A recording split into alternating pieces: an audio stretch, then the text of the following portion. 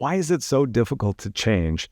And what else can people expect when they're trying to interrupt that process of addiction to emotional chemicals or emotional feelings? So everybody wants to know, why is it so difficult to change? Why is it so uncomfortable for me when I embark on the process of change?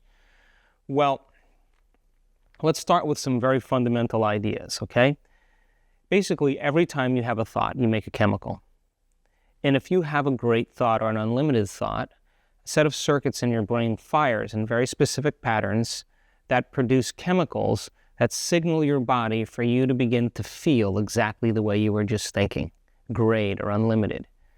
If you have a negative thought or an unhappy thought or a self-depreciating thought, the same thing happens. Different circuits in your brain fire in different patterns, in different sequences, and different combinations that turn on another part of your brain that produces chemicals that signal your body for you to begin to feel negative or unhappy or unworthy.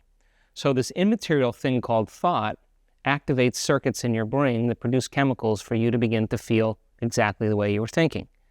Now, because the brain is in constant communication with the body and it's always evaluating its internal environment, the moment we begin to feel the way we begin to think the way we feel, which makes more chemicals for us to feel the way we think and think the way we feel. And this cycle of thinking and feeling and feeling and thinking over time creates what I call a state of being. And if we can't think greater than how we feel, we'll never change. To change is to think greater than how we feel, to think greater than the body, to think greater than the emotions that define who we are. So, as an example, a person has an insecure thought.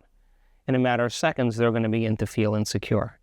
And the moment the chemistry is running in the body and they begin to feel insecure, the brain is going to notice that there's a change in chemical order, and it's going to begin to think more insecure thoughts, which is going to make more insecure feelings. And some people do this for 20 years of their life. And the redundancy of that cycle over time basically says that the mind and body, their thought and feelings, are aligned to a same concept. So then the person says, I am insecure. And whenever I say I am, I'm saying my mind and body are connected to something, they're aligned to a concept. Who I am is this state of insecurity.